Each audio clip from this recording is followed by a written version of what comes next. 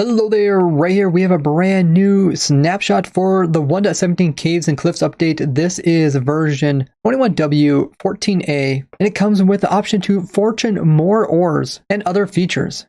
And make sure to hit the subscribe button, as I can see everybody who has subscribed or hasn't yet in the comments section. And if you hit the bell, you won't miss out when new discoveries are made in Minecraft.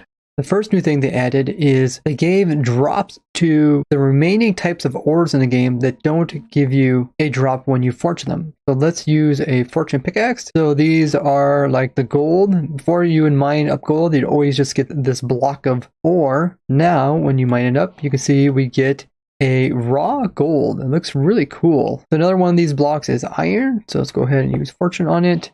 And you can see that we got raw iron. And the last block that has this property is the new copper block.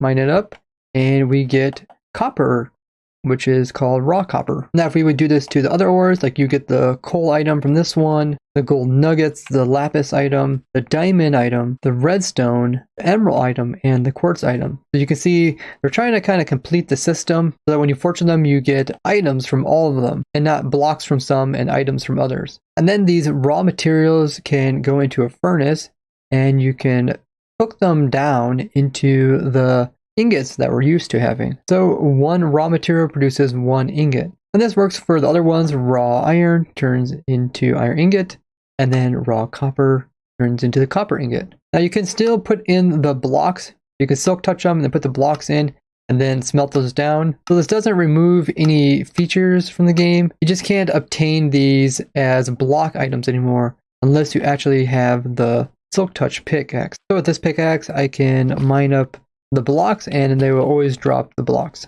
Now most people turn around, take those blocks and smelt them. If you're someone that likes to collect the block, you just have to remember to use silk touch in order to get them now, like all the other ores in the game. So for block quarries, this is going to change things up. So if we would use a block quarry to blow these blocks up, we'll no longer get blocks, but instead we'll get the items. But either way, they will have to be smelted down. Now they said they added this change so that it would prevent the cluttering of the inventory when mining. And they would also have the consistency with the other fortuned ores. So now that these ores can be fortuned, you can get more out than you normally would if you just smelt them down.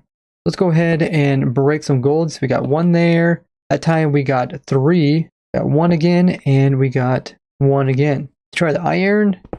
1, 3, 4. And 1. Let's try some copper.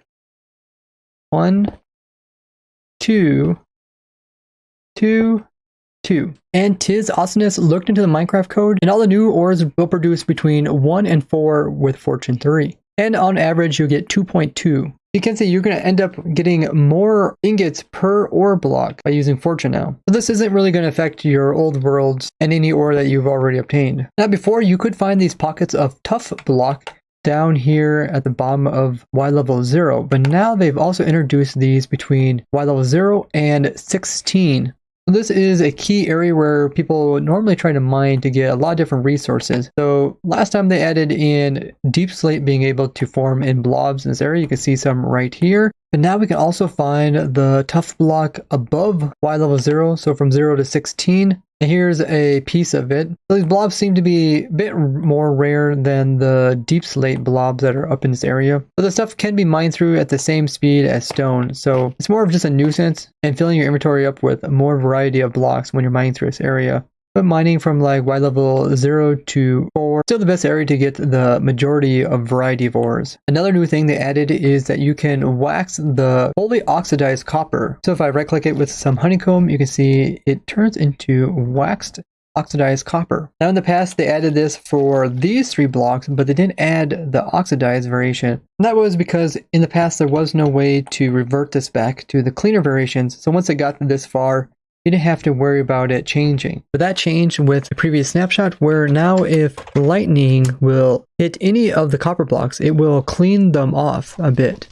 So you can see now it reverted. So to prevent people from making builds that had this stuff inside of it from changing, they have an option of waxing it. If you've seen my previous videos, you know that I made a device that can wax, de-wax them, oxidize them, and deoxidize them. And if you've been keeping up with my streams, you'll see that I have a really cool machine that I'll come out with a video about that does this all. And remember to join my Twitch stream after watching this video, as I do stream Wednesday, Friday, Saturday, and Sunday. We'll be playing around with all these new features. Now, besides adding in these new features, they also fixed some previous bugs. They fixed the problem with the fishing rod not showing that as being reeled out or reeled in. There's a problem that command blocks outputs were not being displayed immediately after running the command. They solved the issue when you tried to generate a world with a height of only 0 blocks. It would cause a crash. There's also another crash occurring when placing in world features or decorations. They also fixed this problem with the end dimension using kind of the overall generation in making these massive islands. Look how big this island was. So if you want a challenge, you can play in the last snapshot. There will definitely be a challenge killing the Ender Dragon, but now it has been restored back to the old way.